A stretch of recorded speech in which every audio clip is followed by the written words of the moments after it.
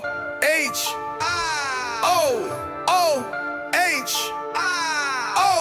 Buckeye Lounge, we run this game. Shrockstar Shaun, remember the name. TG's lurking, Wolverine's fear. Scarlet and gray, make it loud and clear.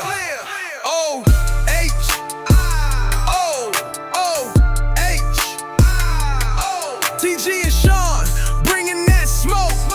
They stand in the paint, that ain't no joke. Tune in, turn up, let the show begin. The Buckeye Lounge, straight fire within.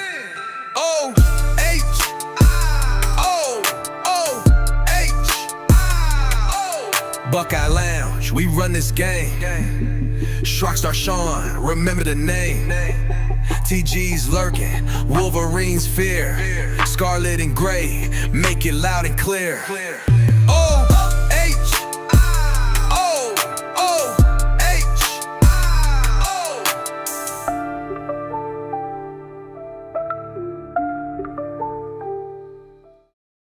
Ladies and gentlemen, boys and girls, Buckeye fans of all ages, the Ohio podcast proudly brings to you the Buckeye Lounge.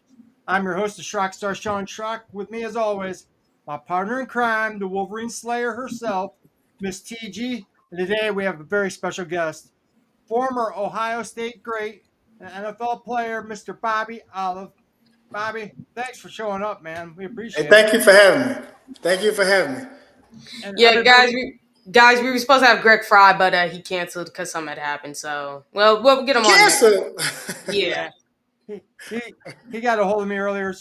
His schedule got changed around, so we're gonna have him on again down the road. But hey, we're happy to have Mr. Olive on the show tonight. So thank you guys for having me. I appreciate it. Bobby, why don't you give us a little rundown the years you played and how you became a Buckeye? Well, I came there in '87 when actually my freshman year was the year when Earl Bruce got fired. That was like my freshman year.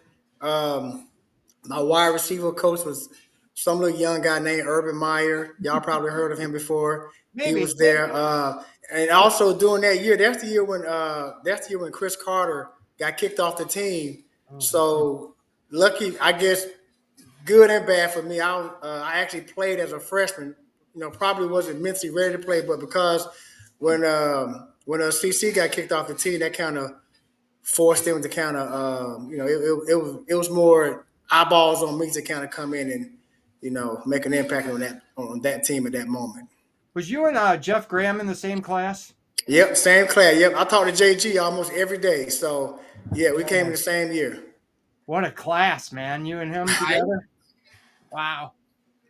Now, Bobby, want to ask you, what was it like playing for Earl? Because my uncle actually played for him in high school, and my mom actually had him as a teacher in Sandusky High School. So, what was it like playing for Earl? Well, it was. I mean, now that I'm older and I can look back and reflect on, his legacy. Probably at the time I thought he was just a mean, grumpy guy. But when I got older, and even during that freshman year, as I kind of understood exactly who he was and what he meant to Ohio State. It was an honor to even play with Earl Bruce, because I think the one thing I remember the most about him was probably the storytelling. He would always talk about his days with Woody Hayes as like one of his assistant coaches. So I really enjoyed the stories he told about Archie Griffin and just all the Buckeye greats during the 70s, because he was around. He was there. So, I really respected and I appreciated that side of him, to just get to know him, and it was an honor to be on that team with him my freshman year. That's amazing. You talked about how Urban Meyer was your coach. What was he like back then? And, it was crazy because when I came in, Urban was like, he wasn't just that much older than me. He was like maybe 23, 24. And he was I think he was a grad assistant, but he was assigned to coach the wide receivers. And very, very energetic guy, a lot of energy. Used to kind of run routes with us. He was, like I said, he was a young dude himself, but he was very into his craft, and he really pushed me a lot my freshman year. And even to this day, I give him a lot of credit for not only just believing in me, but he really focusing on me and just really pushed me to do the best I can. And I was able to do that. Although I was only with him for 1 year, we always kind of stayed in touch over the years. Amazing. Could you tell us what it was like stepping into Ohio State? Like, what was the culture like for you? Well, it was different. Me coming from Atlanta, Georgia, up to Ohio. I guess the biggest change for me was probably the weather. Mhm. And just at that time in the late '80s, the Big Ten was known as a real running. They used to run the ball a lot. It was a physical type conference. 3 yards in a cloud of dust, as they used to say. And I mean, it was everything I expected. But the minute I got on campus and the minute we had that first game, because during that time, school would start like in mid-September.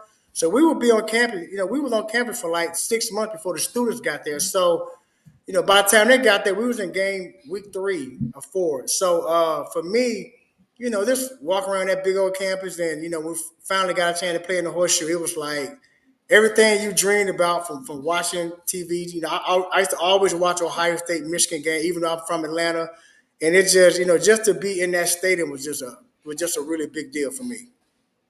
What was that like that for Earl that last game when you guys got to send him off the right way? I know there were some hard feelings the way he got fired during the season, Right. but you guys got to send him out a winner against the team up north, man. That had to be We pretty we did, special. and Sean, I can I reflect back on it now. That was a really big moment, but at the time I was 18 years old. I Mhm. mean, I was in disbelief that they fired him, because in my mind he was like a Buckeye legend, and then for him to get fired during the season, right? I never forget. It was right before the Michigan game. We had just lost a really big game against Iowa at, Mhm. at the Horseshoe, and then on that Monday, I think that Sunday, he called in like a special teams meeting. I'm thinking like he gonna give this big rah rah talk about playing the team up north and all that stuff. But it turns out he walked in there, his eyes were real bloodshot red, like kind of teary eyed, like, and he told her they just let him go. And at the time, I'm 18, I'm thinking like, okay, what does that mean for me? So it was a shock, but I just remember how intense that week of practice was, because after every practice he gave like a 10-minute speech after every practice during that week, and the fact that we was able to go out, we wore the headband, had Earl on there, Mhm. go out and win that game, and it was unfortunately that was my only time beating Michigan.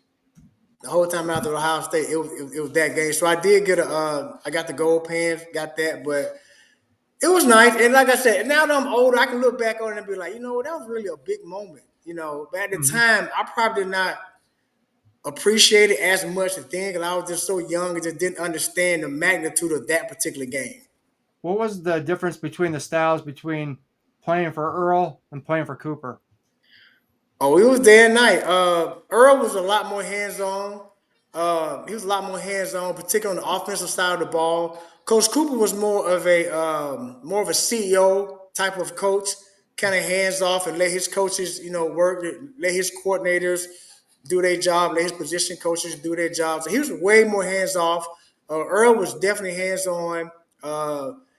Just he was more of a rah rah kind of coach, kind of get on you in practice. He was loud. He would kind of break you down but build you back up type of guy. So it was just two different guys, two different coaches.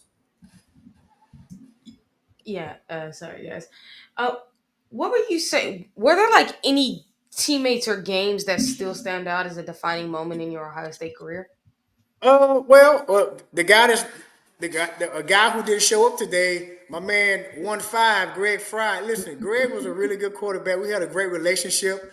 I guess one of the biggest moments I had with him, obviously, when people say my name in Ohio State, who followed Ohio State back then, they're gonna probably associate me with the LSU game Mhm. or the Iowa game, and I just remember.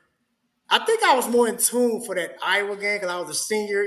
Me and Greg both were seniors that year, and by that time we had a really good communication. We really had great communication between each other. And I just remember that last catch. He looked at me. When he called the play, he was looking at me like, "Hey," and that's the play we did all week in practice. If they play zone versus man or whatever, and at that time we had Jeff Graham was our main guy, so we kind of felt like Iowa was gonna probably either double team him or try to really watch him. So I just kind of found a zone in the back of the end zone, and Greg found me in the back of the end zone, game winning touchdown. So that was just a combination of us playing together for 3 years, starting. And he knew me and I knew him, and coming out the huddle, I had a good feeling that if I can get open, he was gonna get the ball to me. You guys kind of have a flair for the dramatics, didn't you? I mean, Minnesota, LSU, the Iowa game. Yeah. One thing I want to give a quick shout out to one guy in the chat right now that you know is Mark the Shark, who's your team manager. Oh yeah, I remember. he's in the chat as Coconut, but I was talking to him when we were watching that LSU game. When he scored that winning touchdown, he ran on the field and jumped in the pile, and he ran off, and I saw him, and I pointed out. He goes, "Yep, that was me, Shaun." I was like, "I just saw you on TV." That sounds about right. Mark was very hands-on. He was just, you know what? Every guy on the team just loved him, man. He was just a good dude. We would always joke with him. You know, a lot of big linemen would always kind of messing with him and stuff. But he was a good guy, man. I miss Mark, man. Good dude.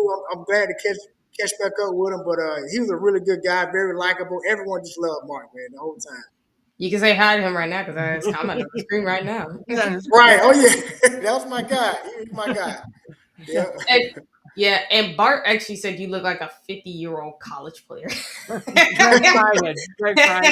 Everyone say that. Hey, I just, I have very active kids. I have my daughter. I don't know if you guys know, but my daughter, her name is Bobby as well. She's a track girl at Ohio State right now. She runs track. Awesome. She's really good. And I have a senior in high school, Trey Olive. He plays wide receiver just like me. So I'm very hands-on with both of them. I actually train both of them for track. They're both really good at track, but Trey's a really good wide receiver. So I stay active. So, I still run around, probably not like I used to. I'm nowhere near as fast as I used to be, but I run around. I try to take care of myself. I know I got to run behind them sometimes. So I try to really take care of myself physically. What events does your daughter run at Ohio State? She runs the 100 and the 200 meter. And I think, she's good. She's one of the fastest girls in the nation coming out of high school. Coming out of Georgia was a fast state, as you all probably know. So, she's a freshman last year. She made all Big Ten. She was on the relay team that I think they placed in the top 5 in the Big Ten. So she had a good freshman year. This year they'll be looking for bigger and better things from her because she's a lot stronger, a lot more mature now. So, look out for that name. She should have a big year this year. Gets her wheels from her dad, huh? Oh yeah, hopefully. Well, she got that speed from her mom, so she can run. But she's a good girl, man. She's very, very, very competitive. Yeah. Our man Tyler in the chat. Sorry, Tyler, that I had not seen your question before, but he says, Bobby, I have a question for you. What was your welcome to Ohio State moment? My welcome to Ohio State moment, I would say it was in practice my freshman year, and we had Earl like for all his wide receivers to be able to block linebackers, and at that time we had some dude named Chris Spillman. And he was a 3-time All-American. And he didn't really like wide receivers on the field. He liked us off the field, but he didn't like us on the field. Mm-hmm. So I was asked at 155 pounds to go in and crack block Mr. Chris Spillman. Mm-hmm. So all I can say is that was my welcome to Ohio State moment. That didn't end well for me. It was like I ran to a brick wall. Like pretty much, Did you have to block Pepper Johnson too? You know what? Pep left the year before I got there. Oh, okay. Ooh. So when I was there, they had Chris Spillman, they had Eric Kumaro, the great legendary William White. It was that group. Oh, okay. Some of you might not know, but Eric Kumaro is the uncle of the Bosa boys, Joey. Oh, I know. Yeah, I'm very well. Oh yeah. I'm just saying some of the fans might not know that, so that's why I wanted to. Oh yeah. Oh, that's nice. It make a lot of sense. The bloodlines real. Them bloodlines are real. Trust me. Oh yeah, Coconut says much love to you, Bobby, and then Bart actually corrects himself. He says, "No, Greg Frey with his hairline. Bobby still looks like he could play some ball." Hey, Greg, you know what's funny? Greg hairline was like that when he was in college. He had the same hairline, so Is that why he wore the visor? Is that why he wore the visor? So no one could Yeah. He wore the Darth back Vader then we visor. called the Dark Vader visor. Yep. Hey, Yeah. Coconut actually says, "Hey, Bart Darrenson or Dennison, Greg Favre was one of the nicest guys ever, and he was a great athlete. How great of an athlete was he, Bobby?" Greg, this is Yeah. the thing people don't know. Greg was actually on the Ohio State baseball team. He was Mm. a, I mean, so during spring ball, he would go play baseball. So yeah, he was a hell of an athlete. Yes. So Well, some I mean, he played at a high level at both sports. So yeah, he was a great athlete. some people might not know this, but his son is a very good quarterback, and he's actually wearing Greg's number at his alma mater at Xavier. So he's got a son. Okay, I think his name's Caden.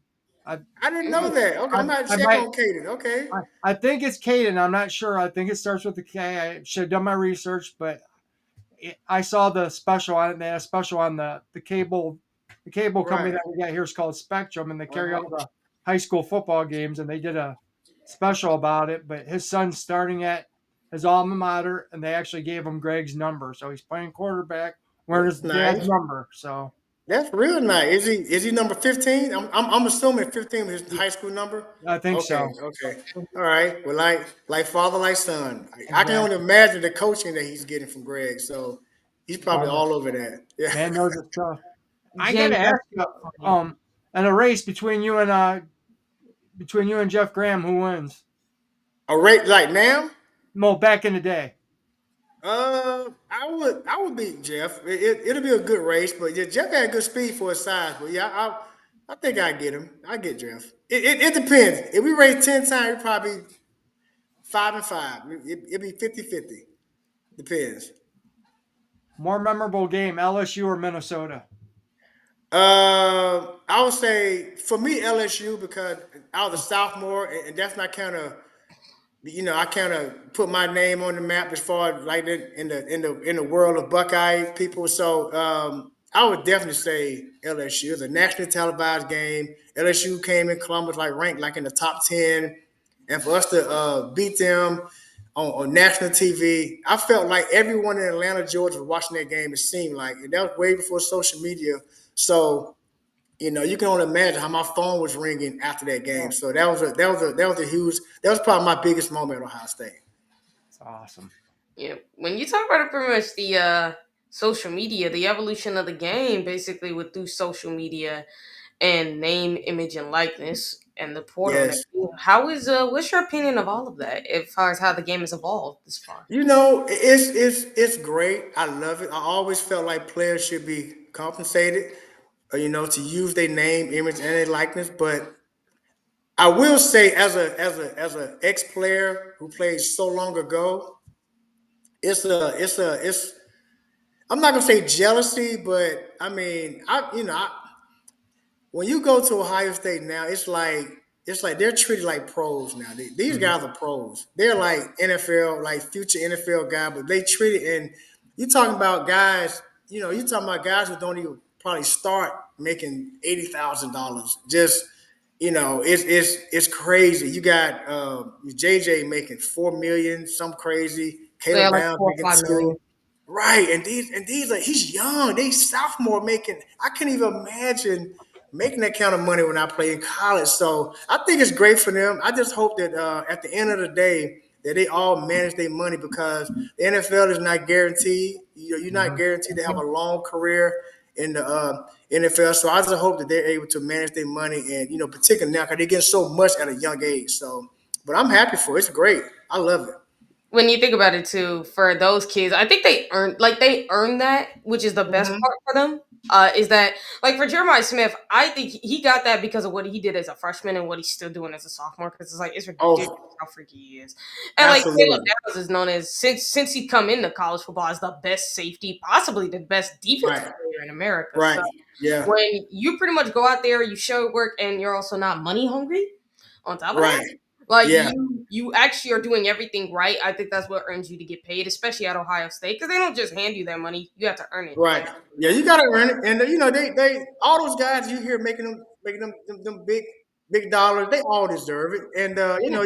when you look at the money that Ohio State brings in, because of their name, image, and likeness. It's well deserved, but it's a lot. I mean, it's good, Yeah. but it has definitely changed the game, as you can see, because now everyone can kind of pay players, and you got a transfer portal, which I think is the biggest change in college. You can literally can transfer and be eligible to play the next day. It seemed like so. Oh When yeah. I was coming out, if you transfer, you had to sit out a whole year. And now you can transfer tomorrow, and you can be playing on, like a whole nother team next year. So it changed the game, but it's great. I mean, like I said, but it's more business now than it was when I played. It's still for the love and the fun of the game, but it is a business, and Hmm. a lot of times these guys make business decisions. Just like the quarterback we had that left with the Syracuse, that was a McCord. business decision he made. He got paid. Oh, not just that, but Ohio State basically told Yeah, him, yeah, "We yeah. don't think you're Cal going to be McCord. starting Yeah, quarterback." He's not he going to be was starting. good, but Yeah. I guess Ohio State felt like he wasn't good enough. Fans probably felt that Hmm. way, but he went. But it's great for him because he was making probably $1 million up at Syracuse. Yep. So good for him. So That's what it's playing at just Ohio State does for you. what's that? I said, "That's what playing at Ohio State does for you."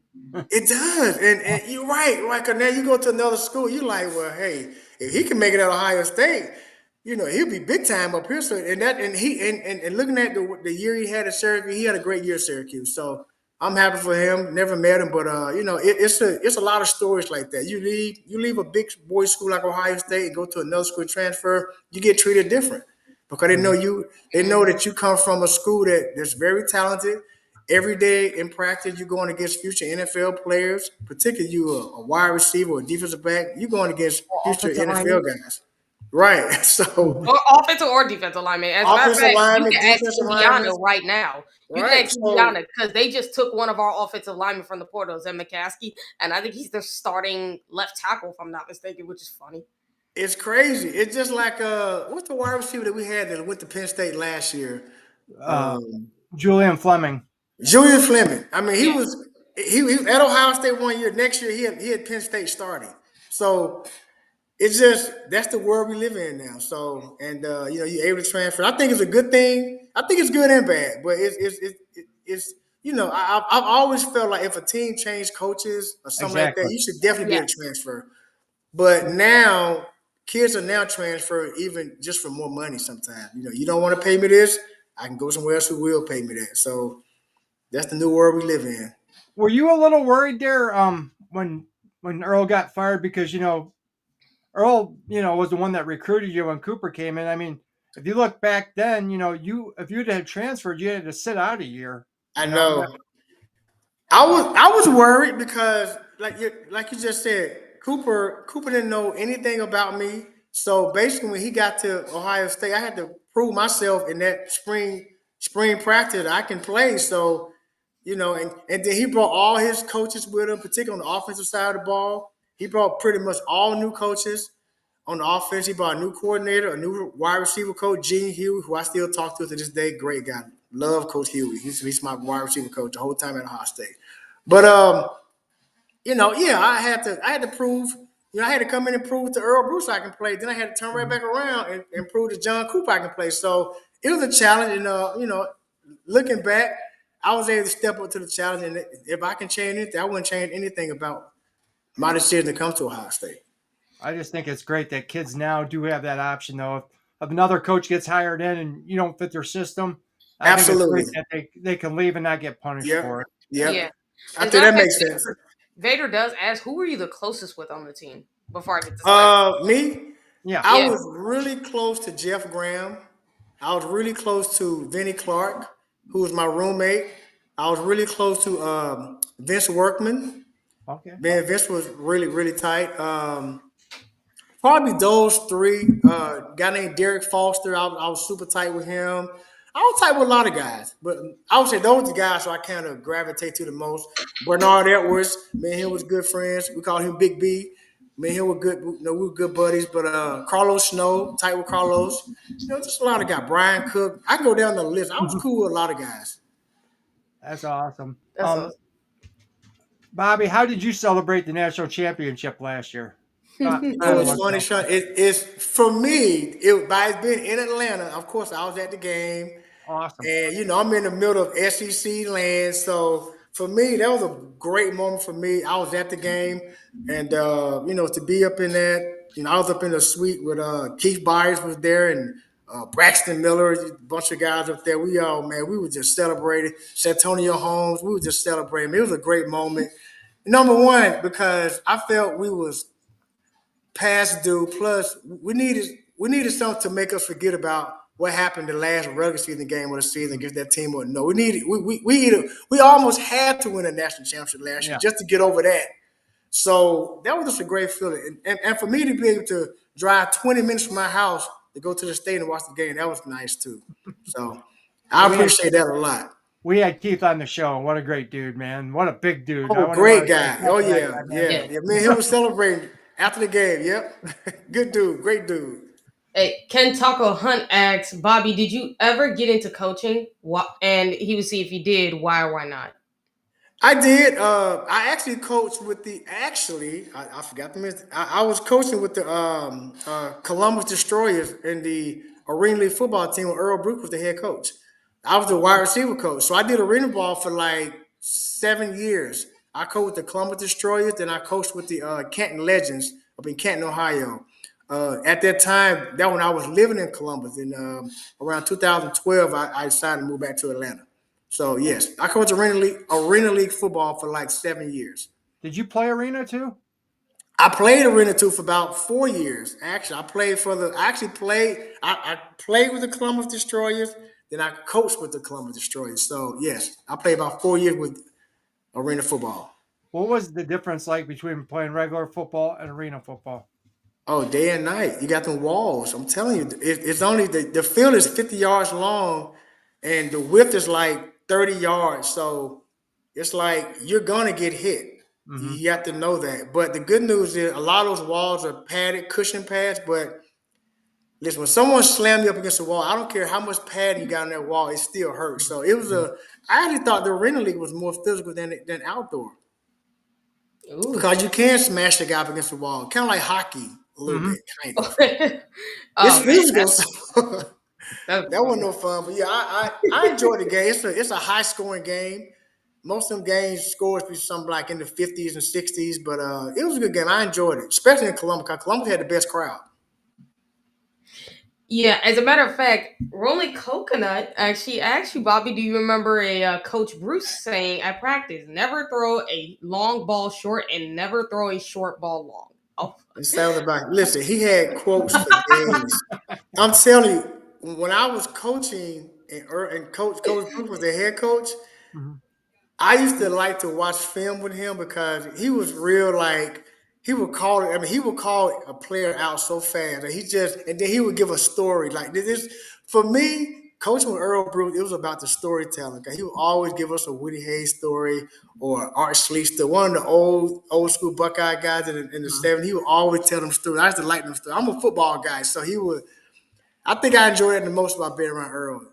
The stories he used to tell, and they was all different. So I used to really look forward to it. I missed that. yeah, I mean, I'm not gonna lie, it's Rolling Coconut, it said already, is like, that was a pretty famous quote. I actually like hearing that. Yeah.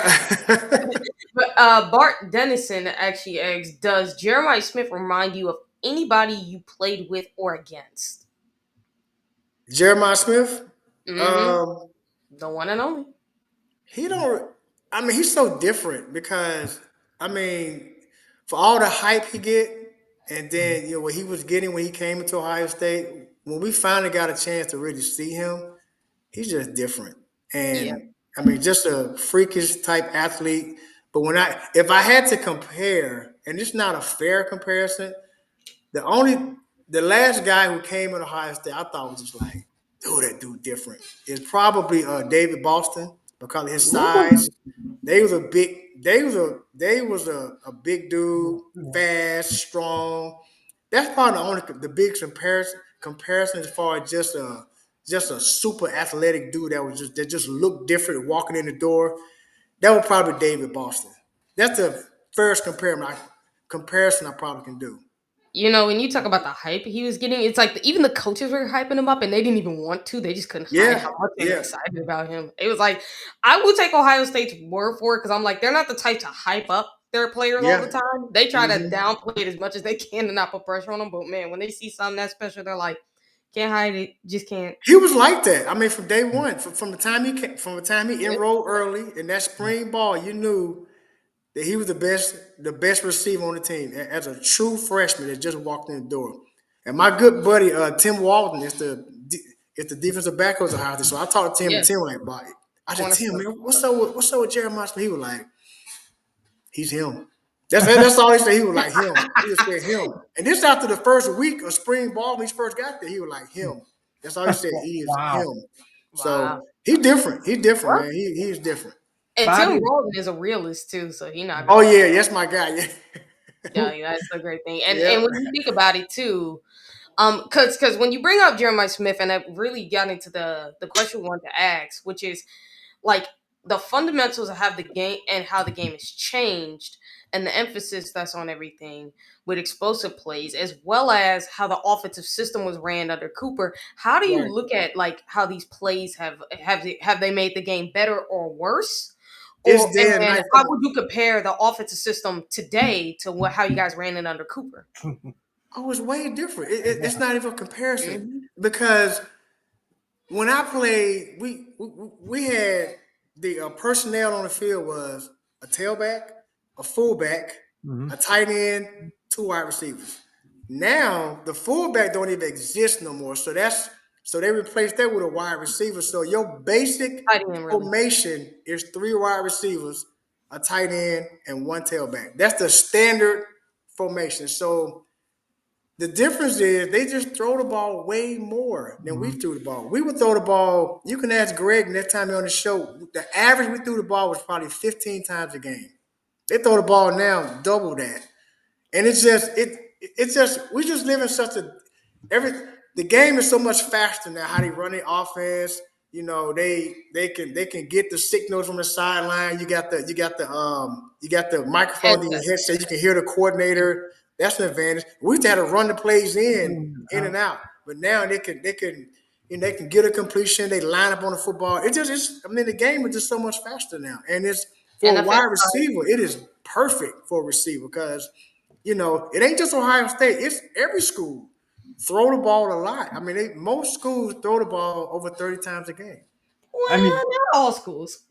Shaun, if you You don't know, you mind. got some school. Now, the team up north, they play a different brand. They mhm. throw the ball, but they more of a power running team because they got good offensive. They got big physical offensive linemen, but Yeah. most schools throw the ball a lot. I mean, If we're back being to, honest about scum, let's be realistic. They don't have the talent to throw the ball right now. They don't, especially on the outside. They don't. They don't. They They don't. like they really don't have that right now. And when you talk about their offensive linemen, they look fat and out of shape, and they don't look like your typical dominant. Like Yeah. no, they slower than what they usually do. But that's what happens. It's like you lose your strength and conditioning coach, and now you can kind of see how bad it was. I'm like, well, no wonder Ohio State why they say strength and conditioning coaches matter. When you look at Michigan, it's like Jesus Christ. Condition go definitely, man. But I will say this, TG. I don't want to get too amped about that game because if you would have talked to me last year at this time and asked mhm. me, "Are we going to beat that team or no?" I would have said at least by 20. Well, actually, here's the thing. I And would always say this about the game, which is listen, they got to prove they can win because we are a better team, but they got to prove it because the thing about the game is it's a mental problem. It's not necessarily like physical. But one thing we've yeah, always said is Ryan Day had that mental problem where he was too busy trying to feed off a narrative instead of just winning the game. Like, because he had yeah, rabbit ears where he would listen to everybody and he cared what everybody thinks. yeah. That's where and when you look at him now, it's like you're starting to focus more on Ohio State than you care about the national like version of you. Because I understand you're the Ohio State head coach. You're gonna get hated no matter what, brother. At Ohio Yeah. State, you're gonna get hated. It does not matter what you do. You're gonna get hated. You're just got to force respect. And with Michigan, stop trying to prove something that like you don't have to beat them their way. Stop playing their game. Like, yeah, we want to run the ball and you still gotta do it effectively, but you don't have to run the ball just to win the game. Like there are multiple ways to beat this team. It's not just running the football. You have to be able to strategically play chess, have to just strategically outthink your opponent more times than not. And we've had opportunities to do that, and he just didn't do it.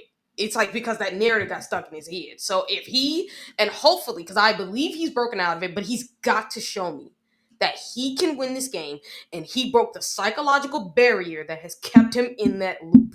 He's got to show that because you But got TG, the weapon. you need to call Ryan Day and say exactly what you just said. You need to call him or go up to the Woody Hayes and tell and say exactly what you just said. You are 100% right. It's all mental. Now it's mental. So you just need to go up there and take care of business. I mean, that's it. I mean, it's just as simple as that. Go there and take care of business. Don't get caught up in the moment. Don't try to prove a point. I think you're right. Last year he wanted to show how tough he was. I'm gonna run the ball. Meanwhile, the Listen, you don't have strength to of show their this. team was on the Right in the defensive middle. line. Yep. So Yeah. you know, Hey, look, you don't have to show that. Listen here, the toughest teams ain't always the ones that run the ball. Let's be realistic. The toughest right. teams are the ones who know how to handle. Because you want to know how you prove you're a tough team? It's how you handle adversity when it mattered. Versus the team up north, who when adversity hits, they don't know what to do. That's when you know Yeah. you're the tough team. When you handle adversity, how you handle it determines if you're a tough team or not. It's not if you can just run the ball and be physical. Like everybody can do that. But there are times and places when you run the ball. There were times where Ohio State and Michigan were even among the line of scrimmage, and they struggled running the ball. So what was the biggest breakaway that allowed Ohio State to dominate for so long? The Passing. wide receivers on the outside. Yeah, Even the yeah, tight end play yeah. when they showed up in the passing game. That's what will beat you. I was so against running the football against that defensive line last year because I'm like, say whatever you want. Mason Graham and Kenneth Grant, even though Kenneth Grant sucks in the NFL right now in college, these are two of the best D tackles, and you do not want to run at these guys. Just run side to side, or better yet, just pass the ball. Get the ball out of Will Howard's hands quickly. Just do what we do best, and we will win this game. You just got caught up in wanting to run the ball so much. And not only that, but Texas and Illinois literally gave you the formula. Like, they literally showed you how to do it. And part of it was running tempo. Because if you ran tempo against this defense, it would tire them out in a heartbeat. Why? Because their offense can't score. Even though I will say They definitely can score. the one thing that ticked me off was the defense not getting a single punt in that game. They did not get a single punt against Michigan, not one. And that was so crazy. I'm like, wait, y'all didn't get a single punt against this team? And when you go back and watch it, they really didn't. I'm like, Really? I don't think I remember. no, I you don't know know. what? They didn't. It literally did not happen. It literally got discovered when people went back and watched the game last year. It's like the defense played good, but they didn't get a single punt in that game. And I was like, Really? I can't. that was so weird to me. It was like the play. It was so odd, and it was like, why? I didn't notice that before until somebody, I forget who it was, and I want to give this person credit who pointed it out. But the person who pointed it out, I'm gonna give you all the credit in the world because I did not know that until someone had pointed it out, and it showed it on like multiple clips, and it was like, oh no, they really did not force a punt. They really didn't. Like Michigan got a field goal and a touchdown. Like, really? Yeah, well, like we got turnovers in the game, but we didn't get like punts or anything. I think we got like 2 turnovers, a fumble and an interception. I know the interception at time. Yep. We got 2 interceptions. Sawyer got a pick. Yep. Oh, we got, well, yeah, that's right. Sawyer's pick as well. So that means we had like Yep. three turnovers in that game. And it's like we should have capitalized on at least both of them, and we didn't. Yeah. Now, Bobby, this year's team, what's your opinion of them?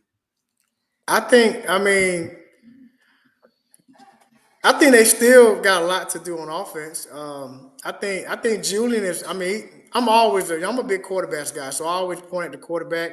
I think I don't think we've seen the best of Julian just yet. Mm-hmm. I think I think he's definitely improved. He's doing a good job. I think we've been very conservative with him because our defense is that good. Yep. Overall, I would say if I had to compare, last year's team was obviously more experienced. I would say the biggest difference between this year and last year is probably Matt Patricia calling the defensive coordinator. I think he is the biggest difference. I think he's a much more savvy play caller on defensive side of the ball. The fact that on offense, I just think we got a lot of work to do on offense. Not a lot, but I just think we got to really improve our running game. Our running game is not as good as it was last year. The pass game's still great. You got the great receivers, so they're gonna be good in that area.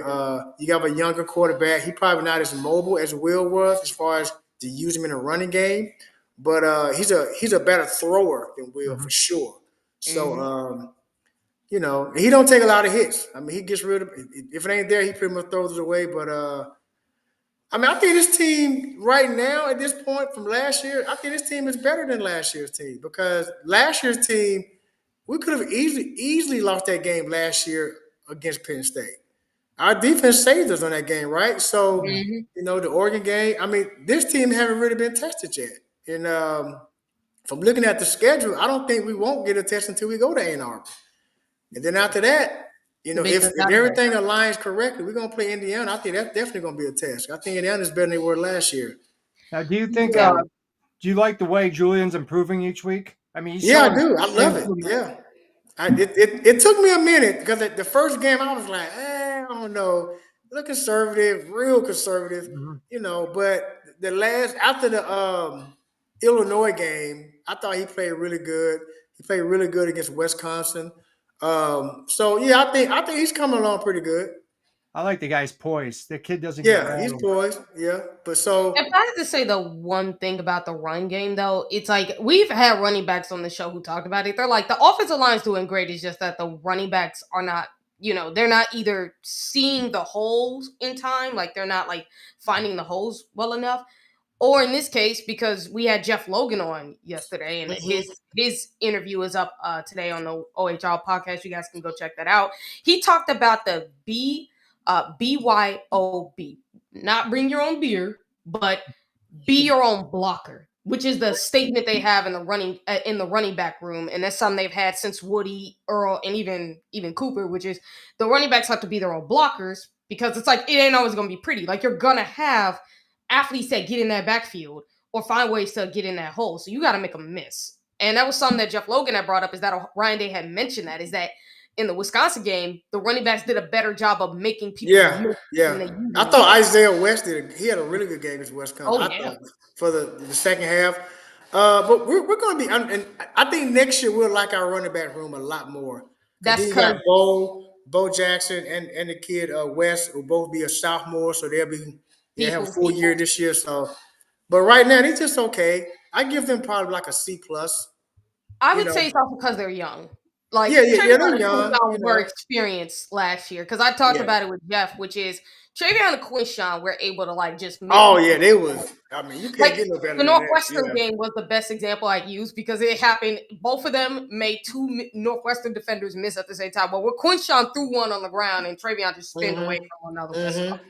it was like, yeah, no, like those guys had them 3 to 4 years of experience. So of course they were going to be able to do that. Where these younger Mm-hmm. guys, it's going to take them a while. Like I said about Peoples, I think he's going to come around because last year he was explosive. Now we're not seeing it as much. I don't know if he's dealing Yeah, with the injury that much. I think he got a little weight, a little more muscle weight too from last year. So he might not be. He don't look as quick as he did last year. Last year he just looked Yeah. faster than me, but yeah, they'll be Yeah, fine. no, But like right now they he's still gradually learning. They improving. young.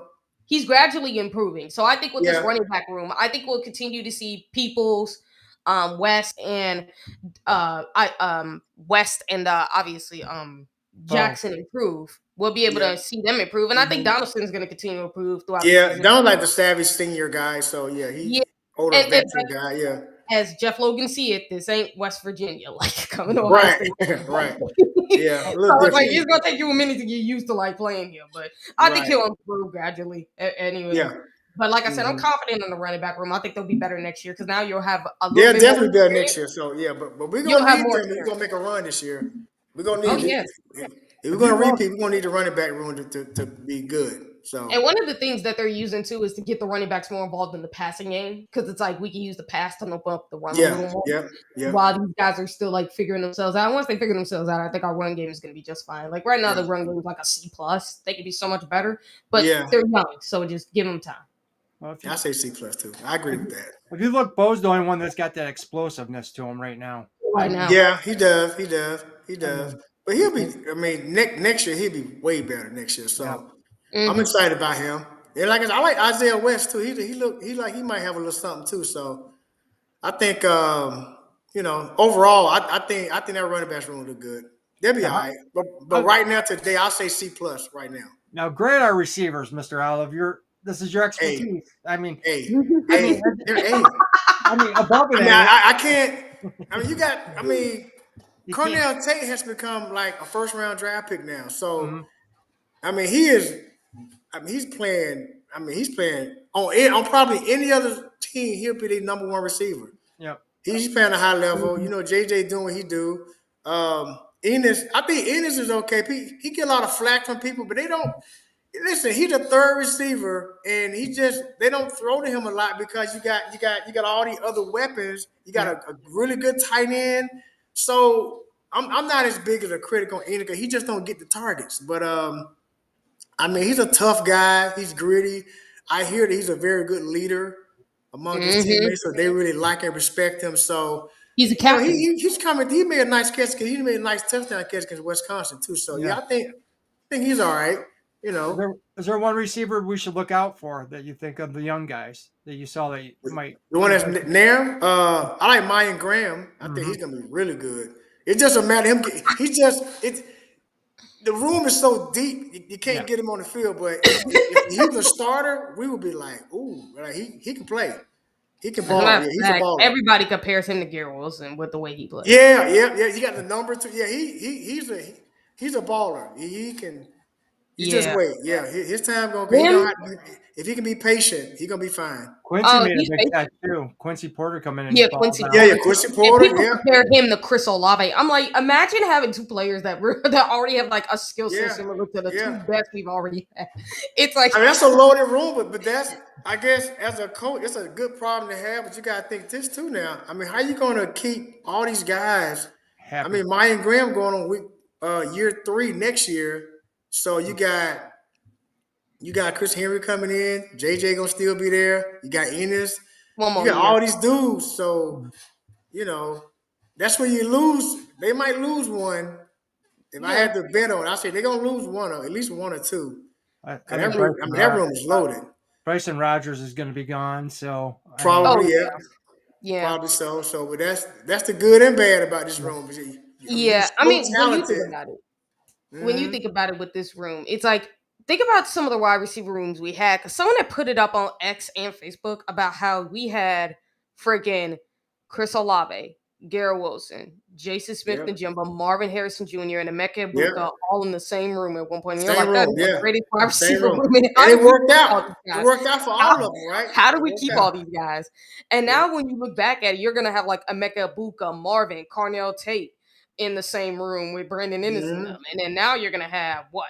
Brandon Ennis, Carnell Tate, Jeremiah Smith, Mylan Graham, freaking Quincy Porter, and all these dudes. You're like, man, this wide receiver room is so freaking loaded. You go back and think about all the receiving rooms all they had. And they only going to lose one next year. They're going to lose Tate. This might be the best receiver rooms we have for a while, too. Oh, no question. Yeah, so, hats off to Heartline for doing a good job with recruiting. But, when you have this type of reputation of bringing in the top guys and they all go in the first round, it's one thing good getting drafted. These guys going first round draft picks. So and I don't see it stopping. You got Chris Henry coming in. I mean, and think about it too. Like Chris Olave wasn't even the top rated guy. He was a 3-star. And look at what I know, we got Caden Dixon Wyatt too coming in along with Chris Henry. I mean, 2 5-stars. Terry McLaurin, Terry came in as like a 3-star. Yeah. Oh, we got another one coming in, and Brock Boyd that we shouldn't forget to mention. And you know, super fast. Everybody compares him to Brian Hartline with how he plays. Ooh, they loaded. I mean, it's a good problem to have. So they're gonna. I mean, as long as Hartline stays at Ohio State, that's the thing we're gonna have to. I'm telling you, now that he's really calling plays for real, he's calling the plays. His head coaching stock gonna go up. So I'm sure he's gonna get an interview this offseason. He already done trying with Penn State and them. I know. They're already trying. But I think Ohio State will convince him, like, look, we know Ryan Day not going to stay forever, so you're going to be next up in line. And I think for Brian Hartline, he is going to want to learn from Ryan Day because Ryan Day would be just like him. Ryan Day was just like him not that long ago, like a first-time head coach. And for Brian Hartline, it's like he does the coaching because he loves it.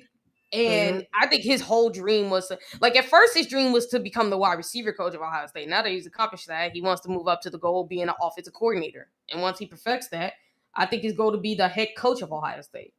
Like, I think that's his whole goal from the beginning. Oh no, Ryan Day's not that old, so yeah. I mean, the guy could get an NFL job. Let's just be honest about that, because there's a chance he could go. He could. And Tyler did bring up another wide receiver to keep an eye on, Phillip Bell. Yeah, and listen, you can throw and names Desi Jones. Don't forget them dudes, because them dudes play a lot like Desi Jones plays like JSN in the slot.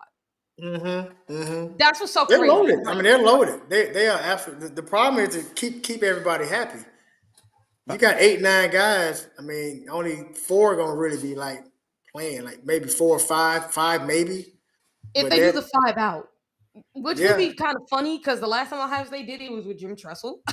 It was in the Michigan game against the Michigan defense, and I remember this because I remember a former offensive lineman of the Buckeyes had did a breakdown of him, and he's like he did a whole 5 out receivers. Because imagine if you're a team and you had to deal with 5 receivers out, you're like, okay, you're definitely sending everybody back yeah. to That, that but point. it ain't gonna in happen. today's football, that wouldn't last If you try to blitz, you're cooked. Just don't. because you got nobody. You got nobody protecting your quarterback either, except the five offensive linemen. So that'll be tough. But that would also be his point, though, is you're forcing a defense to expose themselves, so now you get to see what they're running. Yeah, So if they're running a blitz, you have a counterplay to that, yeah. and they Um, can't hide um, it. Now, Bobby, I wanted to ask you, while you're at Ohio State, what do you think is your most memorable moment as a Buckeye? Would you say it's the LSU touchdown?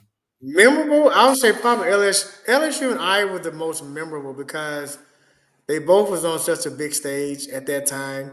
They both was like a nationally televised game. They both was kind of a night game, and it was a, I mean, I say both, but if I had to pick one, I'd probably say the LSU game. 'Cause it was it was my first real big game at Ohio State that we won, and I was fortunate enough to catch the game-winning touchdown. So that was probably my biggest moment, If most you had special one guy, moment.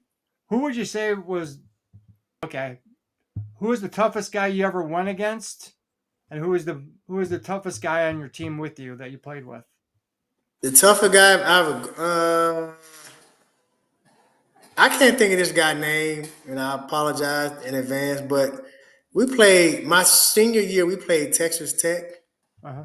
and they had some dude. I don't even know who this guy was, but he was talking so much smack at doing warm ups. I'm like, who this dude? So I mean, he came. I mean, he was a tough physical guy. I don't know. I can't remember the guy's name, but he was just. I just remember because he was playing bump and run, and back then a lot of schools didn't play press cover. They would play either zone or cover two, cover three. This guy was playing press, and he was like on me. Like he really like challenged me, like from the first snap to the last snap. So I would say he was the toughest because he was hard to beat. He was really good. But as far as the toughest guy I ever played with, um, I would probably say I played with we had a lot of tough guys. I would probably say Chris Spillman was a tough guy. Um, Alonzo Spellman was a tough guy. Oh man, that dude was You a know, giant. Zoe was a tough guy. Um, yeah, one of them two. As far as just a tough guy, just a mean dude. Like if I had to walk down a dark alley in a bad neighborhood and I need someone by my side, I'll pick either one of them. So but we had a lot of tough guys, but they're the one that stands out in my head that was just like a tough dude. Zoe So was a scary looking dude, man. he I mean, was. just how He was gigantic he was. 5. He was 6'5", about 260, cut, about 5% body fat, long arm. He was just a freakish athlete, like he was. I mean, he was a good player though too. So, but he was as far as just physically, like just looking at him, Mhm. he probably got it stood out the most. Plus, he can run too. I remember doing wind sprint. We would have like conditioning tests, and he would beat some of the wide receivers. He was just a really really good athlete. Oh, awesome. I actually do have a quick question for you, which is if you could sit in the room with the NCAA, and this is actually a good question that Vader came up with. If you could sit in the room with them, what would be one change you make to fix the sport? To fix the sport, I'll probably do somewhat of a salary cap with with the whole NIL money. I would do a salary cap, and I would have it so if you're a first year guy, you make this much. The max you can make it a certain amount. If you're a second year guy. If you're like a real superstar guy coming in, I'll have like a franchise tag. How you do in the NFL? You can tag this Mhm. guy to franchise. I would do it that way because I think right now there not really no rules to it. So it's like the wild wild west. You kind of do what you want to do, and I don't think that's good for college football long term because now you can literally buy a team. Ohio State spent what 20 million last year. Well, that was And mostly they on can players that because were it's legal. already here. That was Right, most but players that were it already is here. a lot of money. Even though Texas probably spent more or Oregon spent more, the fact that you can spend that money, you got when you got 10% of the school spending 20 million and then the Mhm. other 90% spending 5 million, that's a difference. You're gonna Right. have those teams, I promise you, they're spending 20 million and up, or in that top 10 who spend the most money, they're gonna have the most talent.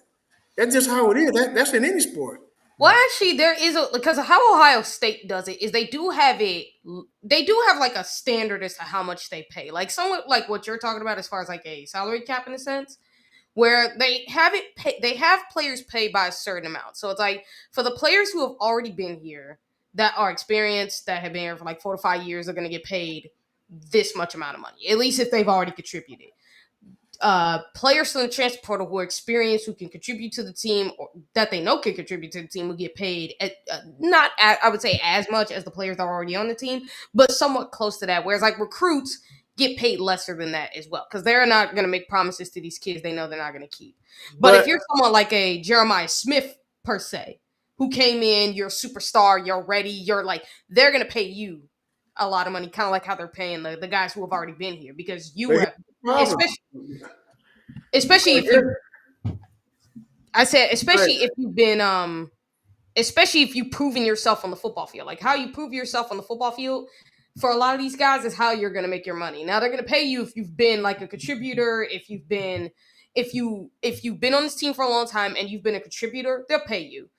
It just to start off. But it's like for someone like Jeremiah Smith, if you have like if you start off and you're already this top tier player, they're gonna pay you like you've been on this team for that long. Yeah, but here go the problem with that is that when you pay a guy based on his stars next to his name come out of high school, which I'm sure they did. I'm sure Devin Sanchez is making really good money, and Mhm. I'm almost for Yeah, sure he making more money than guys who probably start. as So that's what I actually, mean. You paying yeah, this guy more than me, and I start. So that can create Issues. yeah, it can't issues. create It issues, just but that's would. what Ohio So State doesn't do because that's the one thing they don't want to. Like they know you can be a star, but they want you to earn that money. You got to do it on the football field. Like even though they wanted to pay Jeremiah, they could tell he was a superstar. They started off like because if I'm not mistaken, Shaun, how much money was he getting offered from like Miami and Florida? Wasn't it like generational money? That was a probably couple yeah, I'm million. sure. Yeah, Yeah. like and Ohio State really didn't even try to up that. Like, they upped their offer, but they didn't up it that much. They just gave him a what is it like what do you call like a reasonable deal is probably the better way to put it. And they said, hey, if you show yourself on the football field, you will get paid more money than what you making right now. So as the season went on, he started earning more money because of what he was doing on the football field, which is what they do all the time at Ohio State. It's like their whole thing is you're not going to get paid just because of how many stars you have, because you got investors and people who are putting their money and they don't want their investment to go to waste. So Ohio State makes it honest with these kids, like, listen here, we are not going to promise you these millions of dollars because we know we're not going to deliver on it, but we can tell you this: if you come to the school, you prove your worth on the field, you show it every single day, you can get paid a lot of money over the years as time goes on. Even as the season goes on, you will get paid a lot of money. It will increase the more work you do on the football field. They actually have limits as to how they actually make it to where you need to earn money on the football field, how your production is, which I actually like that, to be honest. Yeah, Most well, of these schools, most of these schools don't do that. Some of them will just outright pay you. Which Texas yeah. A&M, how So about that go? it caused a problem. I mean, that's going to be a problem at some point. I just think you need to put some type of salary cap. Sure. What you paying Yeah, guys? Bobby, what's Sean. your thoughts on this upcoming game this week with our former defensive coordinator coming back to the horseshoe? Well, I've always felt like anytime you got an ex-coach or ex-coordinator that you playing against the next year, he has an advantage because he knows your personnel pretty well. He know your strengths, know your weaknesses. So I'm sure he'll have a good idea of how to, you know, do certain things. But in this situation, Penn State coming in here, I mean, 4 weeks ago, no one would have thought that they would be 0-4 the last four Yeah. games. So mentally, they come in here like, I don't know how they're going to come here mentally. I don't know if they're going to get themselves up to play against Ohio State, but They look at Ohio State as a rival, so they probably will. they've gone through so much in the last 4 weeks. And if you're a senior on that team, because a lot of them came back for this year, because on paper, they were supposed to be really, really, really good. Mm-hmm. But, that's gone left. They fired their coach. You lost 4 straight games. You lost to Northwestern at home. I mean, you lose these games. You lost to UCLA. We thought they were the worst team in Power 4. So all this happened as a senior. You probably feel like, okay, I got the combine coming up in February.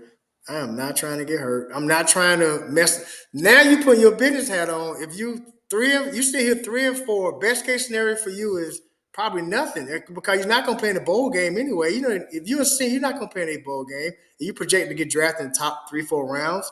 So I don't know what Penn State we're going to see. To be honest with you, their quarterback is out. I mean, I didn't think he was that good anyway, but they got a backup quarterback coming in, so. I just think Jim knows for him, he probably feel a little weird. He was our guy last year. He did a great job last year. We had number one defense with him last year, but I don't know, man. It's gonna be weird. I just don't know which Penn State we're gonna get this week. To be honest with you. So you got a If you score want me to be prediction. honest with you, I think you say he knows a lot about Ohio State's offense and personnel, but they also know a lot about his defense and the weaknesses. Yeah. They know his schemes and things he like to do.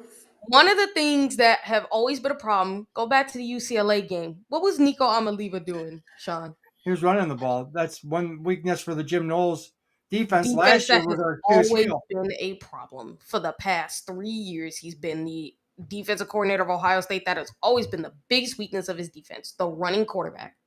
Well, he's not playing against a running quarterback this week. That's what you say until Right. Ryan Day says. Because the one thing about Ryan Day is he does not let his quarterbacks run until they have to. Because no one thought CJ could run, and then when you saw him run against Northwestern and Julian Georgia, Sand would not be running. I can. I think he'll be running somewhat just to make Penn State think, and more maybe importantly, Ohio State. scramble and nah. And if Ohio State really wanted to, I mean, he did run against Wisconsin a little more than he's done before. And then if they wanted to, they could throw in Lincoln Kehoes as a little, because he is an athletic. He can run. He's athletic, but I think they're gonna stick to the script and they're gonna, get the ball to your guys out wide. And I think they're gonna I don't think they're gonna come out and try to showcase Julian Sand running the building. No, I don't think they'll do that immediately. I think they'll be patient with that. But I think that you will see points in the game where you may see him run a little more than he does usually. All right, well, we're gonna see. You got a score prediction for us, Mr. Olive? I would say 34-10. 34-10. Yeah. Something like that. I'm going 35-0. Really? I say it's score 10. I think I they're say going 35. I think they're gonna come out to fired up. The first, yeah. I think Penn State will come out, and then what happens then we'll see. I don't know. They so because when you look at a roster, they have dudes on it. I mean, they got some players who can play. I just don't know how they're gonna come in mentally. So if I'm being honest, like my score prediction, I was struggling with this because usually the Penn State is the toughest game, but then it's like how this team has been, it's kind of hard. So I was struggling with this one, so I'm gonna say 50-3. 50-3. Now, if they muddy it up, and they run the Give 'em ball, credit. they got two good running backs. If they play, Well, Nicholas Singleton hasn't been good this year. Katron Allen is a problem that you got to watch, but it's like Nicholas Singleton. I don't think we'll beat them 50-3. I don't think they're going to try to control the clock and run the ball on us. Yeah. Let's see how well that works. Yeah. But I do got one more question, which is this: what does it mean to you to be to still be part of the brotherhood decades later? Oh, it's great. I love it. I mean, I embraced it, and like I said, as I got older, I realized how much that means. I mean, it just means a lot more to me as I'm older. I talk to a lot of ex players. I know a lot of guys who played in the 2000 with Tressel and played with Urban. You know, I've gotten to know all these guys personally. So it's a great family to be in, to be honest with you. And you know, it's a lifelong brotherhood. Of course, the guys I actually play with, a lot of us still talk, a lot of us still communicate. Sometimes we check on each other and all this stuff, and we always Awesome. cussing and fighting during Ohio State's game. We do all of that. You know, we if we're not winning, we point fingers. We do all of that, and you know, it's just we all very passionate about our Buckeye because we want to win too.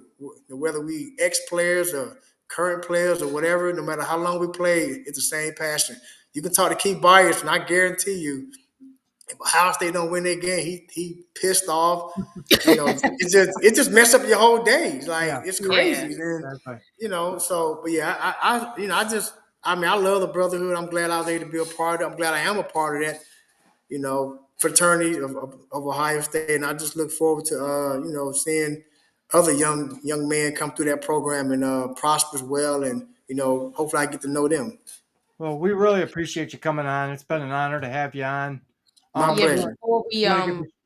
before we go off, we need to kind of have something about this, Shaun. We'd also like to give a moment of silence to the Mangold family. Yeah, man. Yeah.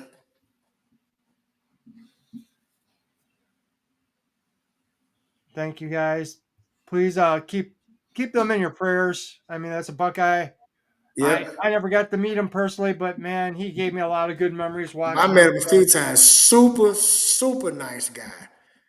I mean, he was a gentle giant, man. He really was. That's my memory of him, Nick. I met him a couple of times. Every time I met him, man, just that go back that brotherhood thing. He was like I knew him. Mhm. We dapped, we hugged. He good guy. From what I remember about, him, he's a really good dude. Well, one thing we've heard from the former players like yourself, they say, man, we didn't even play with these guys, but when we sit in that room, we just know. Yeah, we know. Yeah, yeah. It's a brotherhood. It Yep. really is. So yeah, Yep. it is. It is. It is. So, guys, forgot to also mention we are sponsored by mybookie.com. If you guys go there and put put Ohio into the promo code. If you don't have a account, you'll get $500 insurance bet. So you got $500 worth of free bets if you go to mybookie.com.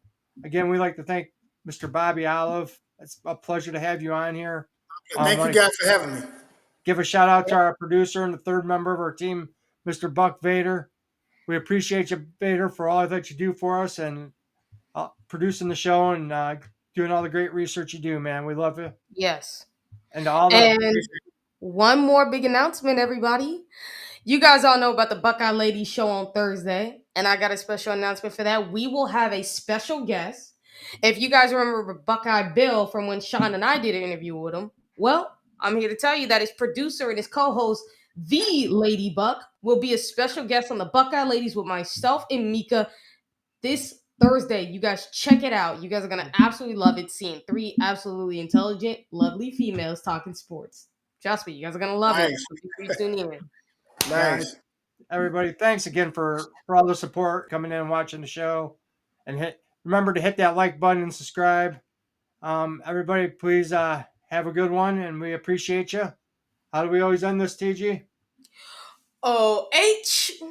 I-O. Io. Some Go Bucks. I Yeah, go Bucks and scum still sucks. Night, everybody. got. I got. Thank y'all for having me.